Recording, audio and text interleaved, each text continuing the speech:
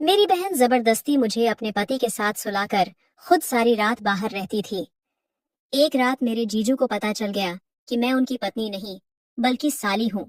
फिर मेरे जीजू ने मेरे साथ ऐसा काम किया जिसे सुनकर आपके होश उड़ जाएंगे। क्योंकि रात को मैं गहरी नींद में थी, तभी मुझे महसूस हुआ कि कोई मुझे जगाने की कोशिश कर रहा है। मैंने धीमी धीमी आंखें खोलकर देखा तो मेरे बेड के पास मेरी बहन खड़ी थी। मैं फौरन उठकर बैठ गई। पहले मेरे दिमाग में ख्याल आया कि कहीं जीजू को कुछ हो तो नहीं गया जो वह मुझे इस वक्त जगाने आई है। पर जैसे ही मैंने उससे पूछा क्या हुआ, तो उसने फौरन मेरे मुंह पर हाथ रखा और बोली, चुप रहो और जल्दी यहाँ से उठो। मुझे हैरत हुई कि वह इतनी रात को मुझे जगाने क्यों आई है और मुझे खामोश रहने को क्यों कह रही है। फिर कुछ दिन पहले सुनी खबर की तरफ मेरा ख्याल गया। मुझे लगा कि शायद घर में कोई घुस आया है, इसलिए वह ऐसा कर रही है। मैंने इशारे से पूछा, क्या बात है दीदी? तो उसने जो भी बात मुझसे कही वह मुझे परेशान करने के लिए काफी थी। मेरी बहन चाहती थी कि मैं उसके कमरे में जाकर उसके पति के साथ बेड पर उसकी जगह सो जाऊं। मैंने उससे पूछा, तुम ऐसा क्यों चाहती हो और मैं तुम्हारे पति के साथ कैसे सो सकती हूँ? लेकिन वह जिद कर रही थी कि मैं 1 घंटे के लिए वहां रुक जाऊं। जब वह वापस आएगी तो फिर मैं वहां से आ जाऊंगी और किसी को पता नहीं चलेगा। जबकि मुझे डर था कि अगर जीजू को पता चल गया तो वो हम दोनों बहनों को घर से निकाल देंगे। मुझे जीजू के साथ सोने में बहुत ही अजीब लग रहा था, लेकिन मेरी बहन मिन्नत कर रही थी। उसके मुंह पर बहुत एहसान है, इसलिए मैं चुपचाप उसकी बात मान गई और उसके कमरे में जाकर बेड के कोने पर सो गई। सुबह होने से पहले ही मेरी बहन वापस आई। उसने मुझे जगाया और अपने कमरे में जाने को कहा। मैं अपने कमरे में आ गई, लेकिन मेरा दिमाग अपनी बहन की इस हरकत पर था कि रात को उसने मुझे जीजू के पास क्यों भेजा और वो खुद कहाँ गई थी। मैं जब सुबह नाश्ते के लिए उठी तो जीजू घर ही थे और उनके हाव भाव से महसूस हो रहा था कि उन्हें कुछ मालूम नहीं है। मुझे इंतजार था कि कब जीजू घर से जाएंगे और मैं अपनी बहन से पूछूंगी कि उसने रात को मुझे जीजू के कमरे में क्यों भेजा था। जीजू के जाने के बाद जब मैंने दीदी से सवाल किया कि तुम रात को कहाँ गई थी और ये सब कब से चल रहा है, तो वह मेरे सवाल पर रुकने लगी। उसने कहा, मैं अपनी एक दोस्त के साथ अस्पताल गई थी। उसकी बात ने मुझे हैरान कर दिया। मैंने सोचा, अगर वह किसी दोस्त के साथ हॉस्पिटल गई थी तो इसमें बुराई क्या है और ये बात जीजू से क्यों छुपानी थी। यही बात जब मैंने अपनी बहन से कही तो वो कहने लगी कि मेरी उस दोस्त को तुम्हारे जीजू बिल्कुल भी पसंद नहीं करते हैं, क्योंकि वह अकेली रहती है और उसकी शादी भी नहीं हुई है। सबको लगता है कि जो लड़कियां अकेली रहती हैं वे चरित्र की अच्छी नहीं होती हैं, जबकि ऐसा नहीं है। तुम्हारे जीजू भी बाकी मर्दों की तरह उसे चरित्रहीन समझते हैं। मैंने दीदी से पूछा, आपकी दोस्त के साथ आखिर ऐसा क्या हुआ था कि उनको इतनी रात को हॉस्पिटल जाना पड़ा? तो मेरी बहन इस बात को टाल गई और मेरा धन्यवाद करने लगी कि रात को तुमने मुझे बचाया, उसके लिए शुक्रिया। मैंने भी ये सोच के ज्यादा ध्यान नहीं दिया कि चलो कम से कम कुछ बुरा तो नहीं हुआ। लेकिन कुछ दिन गुजरे ही थे कि फिर से एक रात मेरी बहन मुझे जगाने आ गई और मुझे अपने कमरे में जाकर सोने को कहा। मैंने पूछा, आज कहाँ जा रही हो? फिर से उसी दोस्त के साथ जा रही हो क्या? तो उसने कहा, हाँ, उसी के साथ जा रही हूँ। मैंने बहुत पूछा कि किस हॉस्पिटल में जा रही हो, क्यों जा रही हो, ताकि मुझे कुछ मालूम हो, लेकिन मेरी बहन ने मुझे कुछ नहीं बताया। वो मुझे अपने कमरे में भेजकर घर से निकल गई और मुझे ऐसा महसूस हो रहा था कि जैसे कुछ तो गलत हो रहा है। यकीनन मेरी बहन कुछ गलत कर रही थी और रात को हॉस्पिटल जाने के बहाने से कहीं और जाती थी। मेरी बहन तकरीबन 4 घंटे बाद वापस आई और वह 4 घंटे मैंने जैसे सूली पर लटक कर गुजारे थे।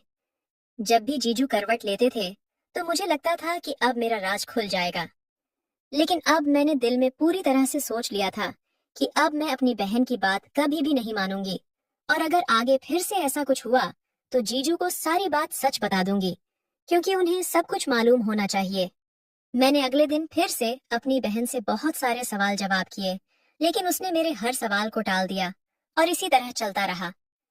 तकरीबन 1 हफ्ते बाद फिर से मेरी बहन मेरे कमरे में मौजूद थी और आज रात फिर चाहती थी कि मैं उसके कमरे में जाकर सो जाऊं। पर इस बार मैंने सख्ती से इनकार कर दिया और धमकी भी दी कि मैं आज जीजू को सब कुछ बता दूंगी। तो उसने कहा, ठीक है, अगर तुम सब कुछ उन्हें बता दोगी तो मैं तुम्हें वापस घर भेज दूंगी और यहाँ कभी नहीं बुलाऊंगी। अब तुम खुद सोच लो कि तुम क्या करना चाहती हो। मेरे भविष्य का सवाल था, इसलिए मैं न चाहते हुए भी जाकर उनके कमरे में सो गई।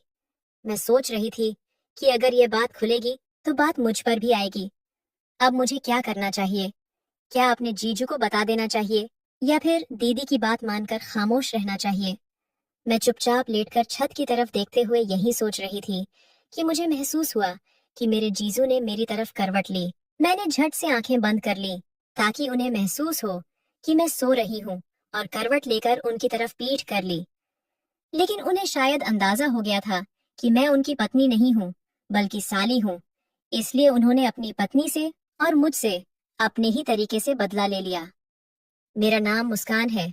हम दो ही बहनें हैं और हमारा घर एक छोटे से गांव में है। मेरी बड़ी बहन सुनैना की शादी एक शहर में हो गई थी और वह अपने पति के साथ शहर में रहती थी। मैंने जब मैट्रिक पास किया तो पास के ही कॉलेज में एडमिशन के लिए फॉर्म जमा करवा दिए क्योंकि हमारे गांव की लड़कियां वहीं पढ़ने जाती थीं। लेकिन मेरी बहन ने जिद की कि वह मेरा एडमिशन बड़े शहर में करवाएगी और खुद ही मेरे सारे डॉक्यूमेंट ले गई और अपने शहर के कॉलेज में जमा करवा दिए। जब मेरा एडमिशन हो गया तो उसने खुद ही ऑफर किया कि मैं उसके घर में उसके पास रहूंगी।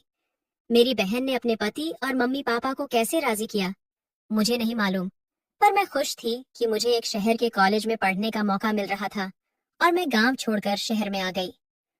मुझे यहाँ आए अभी ज्यादा दिन नहीं हुए थे, लेकिन हर काम में मेरी बहन मेरा साथ देती थी।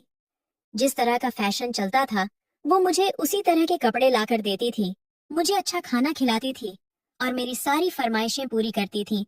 और इसी तरह के बहुत से एहसान दीदी के मुंह पर बन गए थे। वैसे भी वह मेरी बड़ी बहन थी तो मैं उसकी हर बात माना करती थी। सब कुछ बिल्कुल ठीक चल रहा था। जब पहली बार कॉलेज में छुट्टी हुई तो मैं बहुत खुश थी कि अब मैं वापस अपने गांव जाऊंगी और अपने दोस्तों से मिलूंगी। लेकिन मेरी बहन ने मुझे ज्यादा दिन गांव में रहने नहीं दिया। वो बोली, तुम शहर में ही रहो और अपनी पढ़ाई पर ध्यान दो। मुझे लगता था कि वह मेरा बहुत ख्याल रखती है। वो मुझे शायद इसलिए इतना मोटिवेट करती है क्योंकि खुद उसने छोटे से ही कॉलेज में पढ़ा था और शायद वो ये चाहती थी कि उसकी बहन अच्छे से पढ़े और गांव में सबसे आगे रहे। मेरी बड़ी बहन के दिमाग में क्या चल रहा था ये तो मुझे मालूम नहीं था। मेरी छुट्टियां अभी कुछ बाकी थीं, फिर भी मैं गांव से वापस आ गई। मेरे जीजू भी मुझे घर का एक हिस्सा ही समझने लगे थे, इसलिए उन्हें भी मेरी आदत हो गई थी। वह भी मेरे वापस आने से बहुत खुश थे। जिस दिन मैं गांव से वापस आई उस दिन थकान की वजह से मैं जल्दी सो गई। जब आधी रात को मेरी बहन मेरे कमरे में आई, उसने चुपके से मुझे अपने कमरे में जाकर सोने को कहा और मेरे सवाल करने पर कहा, मेरी दोस्त हॉस्पिटल में है और उसे मेरी जरूरत है। तुम्हारे जीजू उसको पसंद नहीं करते। तुम जाकर मेरे कमरे में सो जाओ ताकि उन्हें मालूम न हो कि मैं कमरे में नहीं हूँ। मैं इस बात पर खामोश हो गई और इस पर ज्यादा सोचा नहीं। लेकिन मुझे क्या मालूम था कि एक बार उसकी बात मानकर मैंने अपने लिए क्या मुश्किल खड़ी कर ली है और यह चीज मेरे ऊपर क्या क्या मुसीबतें लाएगी। ये सच्चाई मुझे नहीं मालूम थी। इस बात को एक हफ्ता ही गुजरा था कि दोबारा से मेरी बहन ने मुझे उसके कमरे में जाकर सोने को कहा।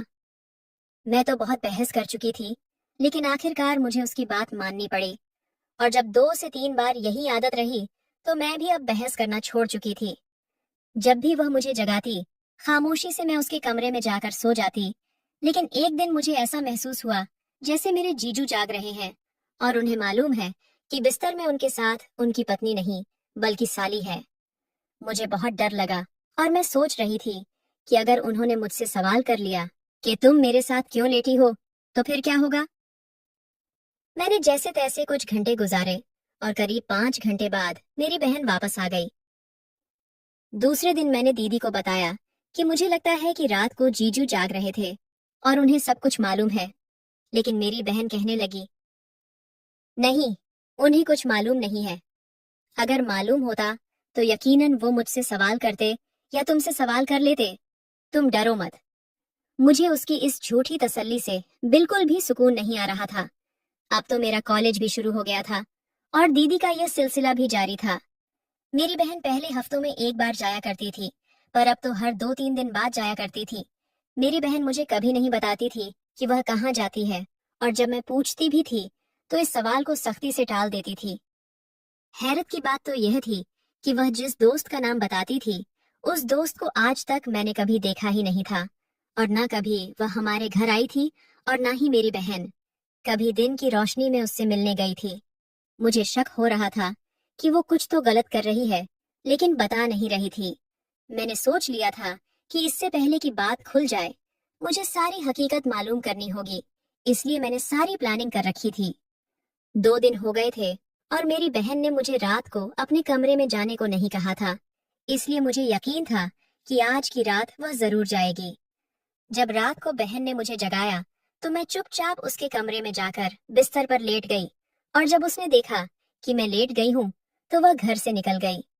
लेकिन मैंने पहले से ही प्लानिंग कर रखी थी, इसलिए फौरन तकियों से अपना शरीर बनाया और दबे कदमों से उसके पीछे पीछे घर से निकल गई।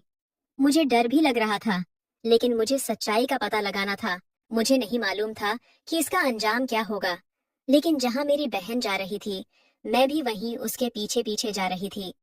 मुझे इस बात की भी चिंता थी कि अगर मेरे जीजू जाग गए तो फिर क्या होगा, क्योंकि मुझे पहले से ही यकीन था कि वह सब कुछ जानते हैं।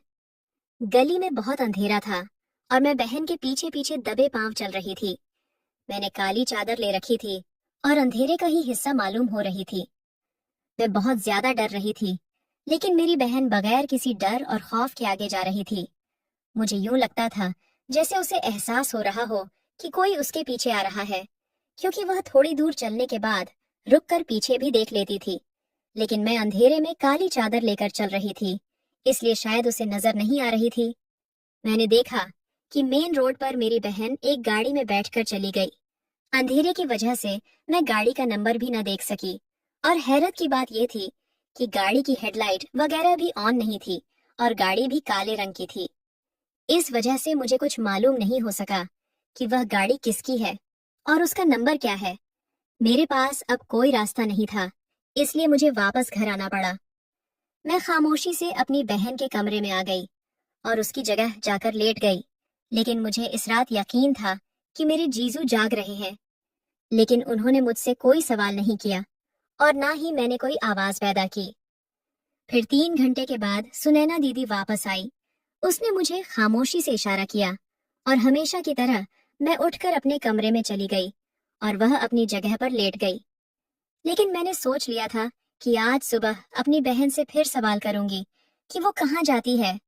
अगर उसने मुझे कुछ न बताया तो सारी बातें अपने जीजू को बता दूंगी, क्योंकि मैं इस खेल का हिस्सा नहीं बन सकती थी और ना ही बनना चाहती थी।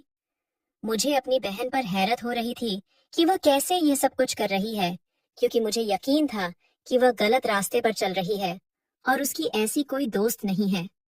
शायद वह किसी लड़के के साथ जाती है। और अब मैं अपनी बहन के मामलों में बहुत गौर कर रही थी, तो मुझे अंदाजा हुआ कि मेरे जीजू की सैलरी इतनी ज्यादा नहीं है। तो फिर मेरी बहन रोज रंग बिरंगे सूट कहाँ से लेती है और मुझे भी पॉकेट खर्च देती है? ये सारे पैसे उसके पास कहाँ से आते हैं? जैसे जैसे मैं सोचती जा रही थी, मुझे हर कहानी में शक नजर आ रहा था। कुछ तो गलत हो रहा था, और इसी बात ने मुझे बहुत ज्यादा परेशान कर दिया था, क्योंकि अगर यह बात खुल जाती है तो मेरा भविष्य भी खराब होगा और साथ में बहुत ज्यादा बदनामी भी होगी। पर वह ये सब क्यों कर रही थी? उसकी एक ही ख्वाहिश थी कि उसकी शादी शहर में हो, और उसकी ये ख्वाहिश पूरी भी हो चुकी थी। तो फिर वो जीजू को क्यों धोखा दे रही है? मेरे मन में बहुत सारे सवाल थे, लेकिन मेरे पास जवाब नहीं थे। जवाब मेरी बहन के पास थे, जो मुझे जवाब देना ही नहीं चाह रही थी। मुझे उससे हर सवाल का जवाब चाहिए था, इसलिए मैंने दूसरे दिन सुबह कॉलेज से छुट्टी कर ली और जीजू के ऑफिस जाने के बाद अपनी बहन से सवाल किया, तुम कहाँ जाती हो और किसके साथ जाती हो? मुझे आज सब कुछ सच सच बता दो, क्योंकि मैं जानती हूँ कि तुम किसी गलत रास्ते पर निकल गई हो।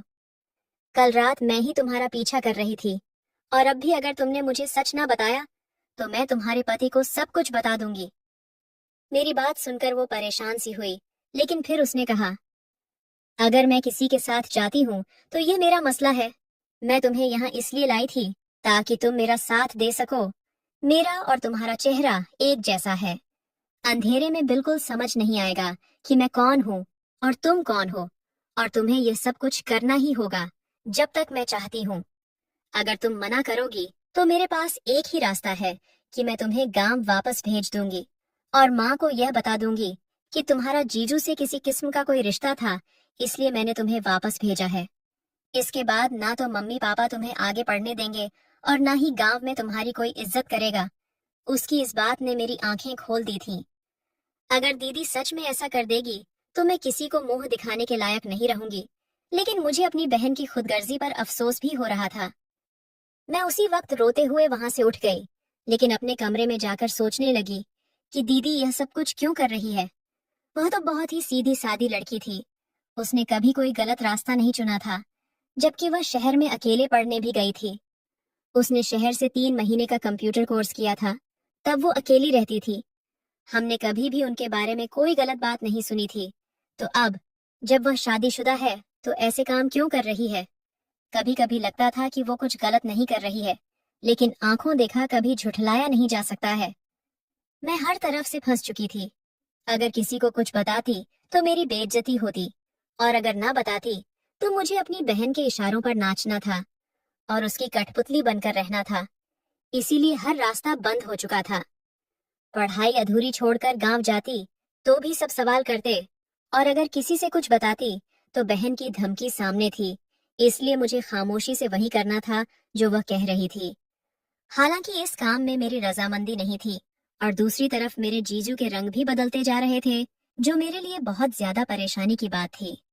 वो बहन के सामने तो बिल्कुल नॉर्मल रहते थे, लेकिन जैसे ही मेरी बहन आगे पीछे होती तो वो मुझसे इशारों में बातें करने लगते, जैसे वो जानते हों कि मैं रात को उनके पास सोई हूँ। ये बात मेरे लिए और ज्यादा मुसीबत थी। मैंने सोचा था इस बारे में जीजू से बात कर लूंगी, लेकिन अब उनकी मीठी मीठी बातों की वजह से मैं उनसे भी खींची हुई रहती थी। एक बार मैं बहन की अलमारी से कोई चीज ढूंढ रही थी कि मैंने एक अजीब सी चीज देखी। पीछे के साइड कुछ छुपाया गया था, और जब मैंने वो खोलकर देखा तो मैं हैरत में रह गई। उसमें लड़कियों की जीन्स और शर्ट पड़ी हुई थी। ऐसे कपड़े तो हमारे यहाँ दूर दूर तक कभी किसी ने नहीं पहने थे। मैंने अपनी बहन को भी कभी ये सब पहने नहीं देखा था। तो इसका मतलब यह है कि मेरा शक सही है, मेरी बहन गलत रास्ते पर चल रही है। वो ऐसे कपड़े पहनकर अपने किस दोस्त से मिलने जाती है। अब मुझे अपनी बहन से बड़ी नफरत महसूस हुई, और उधर जीजू का व्यवहार भी बदलते जा रहा था। और मैं ये बात बहन को भी नहीं बता सकती थी, क्योंकि जो खुद किसी गलत रास्ते पर चल रही हो वह मेरी क्या मदद करेगी। फिर एक दिन ऊपर वाले ने मेरी सुन ली और मुझे सारी हकीकत मालूम हो गई। मैं कॉलेज से वापस आई तो हमारे घर के सामने कुछ अजीब किस्म की भीड़ थी। मुझे किसी अनहोनी का आभास हुआ। मैं भीड़ को हटाते हुए जब अंदर पहुंची तो सामने का मंजर बहुत ही डरा देने वाला था। पुलिस वालों ने मेरे जीजू को पकड़ रखा था और मेरी बहन वहीं पर खड़ी थी, लेकिन वो कुछ भी नहीं बोल रही थी। मैंने पूछा, ये सब क्या हो रहा है? तो मेरी बहन ने फौरन मुझे पकड़कर अपने पीछे कर लिया और कहा, बिल्कुल खामोश रहो। मुझे लगता है कि मेरी बहन ने अपने पति को पकड़ा दिया है ताकि वो किसी और के साथ रंगरलियां मना सके। यही बात मैंने अपनी बहन से बोली तो उसने मुझे खामोश रहने को कहा। मेरे जीजू चीखते रहे, पर पुलिस उनको पकड़कर ले गई। भीड़ हटने के बाद मैं अपनी बहन पर गुस्सा होने लगी। मैंने कहा, तुम्हें अपने पति को गिरफ्तार नहीं करवाना चाहिए था। अगर तुम्हें वह पसंद नहीं थे तो तुम उनसे डिवोर्स ले सकती थी, लेकिन किसी बेगुनाह को ऐसे पकड़वाना बिल्कुल भी अच्छी बात नहीं है। मेरी बहन ने कहा, वह बेगुनाह कैसे हैं? क्या वो तुम्हें तंग नहीं करते थे? दीदी की इस बात पर मैं सिर झुकाकर रह गई तो मेरी बहन ने कहा, अब तुम यहाँ बैठो, आज मैं तुम्हें तुम्हारे सारे सवालों के जवाब दूंगी। और फिर मेरी बहन ने मुझे जो हकीकत बताई वो मुझे हैरान परेशान करने के लिए काफी थी। वो बोली, शादी से पहले मैं शहर में 1 महीने का कोर्स करने आई थी, तुम्हें याद है? मैंने कहा, हाँ, मुझे याद है। इस पर उसने मुझे बताया कि वो कोई कंप्यूटर कोर्स नहीं था, बल्कि उसने पुलिस फोर्स ज्वाइन कर ली थी और वह उसकी ट्रेनिंग लेने आई थी। उसने ये बात किसी को नहीं बताई थी। कुछ साल के बाद जब उसके लिए रिश्ता आया तो मम्मी पापा ने जिद करके मेरी बहन की शादी कर दी। लेकिन जब शादी के बाद उसने अपने पति से कहा कि वह पुलिस फोर्स ज्वाइन करना चाहती है तो जीजू ने सख्ती से मना कर दिया। उसने उन्हें बिल्कुल नहीं बताया कि वह पहले से ही फोर्स ज्वाइन कर चुकी है, लेकिन जब उसने ज्वाइन किया था तो उसकी हेड ने उससे कहा था कि वो रिजाइन ना करे, बल्कि वो डेली ना आए, लेकिन पुलिस के जो छुपे हुए मिशन हैं उनमें वह मदद कर दिया करे। इस पर उसने हामी भर ली।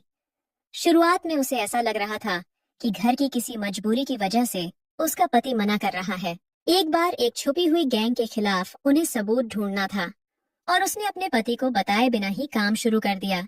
लेकिन जब गैंग के बारे में मालूम किया गया तो पता चला कि जीजू भी इसी गैंग का एक हिस्सा है और इसलिए जीजू उसे पुलिस फोर्स ज्वाइन करने से मना करते थे। धीरे धीरे दीदी को ये भी समझ आ गया था कि जीजू मुझ पर भी बुरी नजर डाल रहे हैं। इसीलिए उसने अपने प्लान को जल्दी पूरा करने का फैसला किया और जल्दी से जीजू के खिलाफ भी सबूत ढूंढ लिए। दीदी बोली, आज मैंने खुद उसकी गिरफ्तारी भी की है, क्योंकि मैं अपने पति को खो सकती हूँ, लेकिन इस देश के साथ कभी गद्दारी नहीं करूंगी। और तू तो मेरी छोटी बहन है। मैं यहाँ तुझे पढ़ाने लिखाने के लिए लाई थी, पर मुझे नहीं पता था कि तुझे यहाँ ऐसा माहौल मिलेगा। अब मुझे अपनी सोच पर शर्मिंदगी होने लगी कि मैं अपनी बहन के बारे में क्या क्या समझ बैठी थी। मैंने तुरंत दीदी से माफी मांगी। उसने खुले दिल से मुझे माफ कर दिया। मेरी बहन ने अपने पति से डिवोर्स ले लिया और पुलिस फोर्स ज्वाइन कर ली। हम अब भी इस शहर में रहते हैं, लेकिन अब मेरे सिर पर किसी जीजू का साया नहीं था और ना ही मुझे डर सताता है कि मेरी बहन किसी गलत रास्ते पर चलेगी और मुझे इस्तेमाल करेगी, क्योंकि आंखों का देखा हमेशा सच नहीं होता।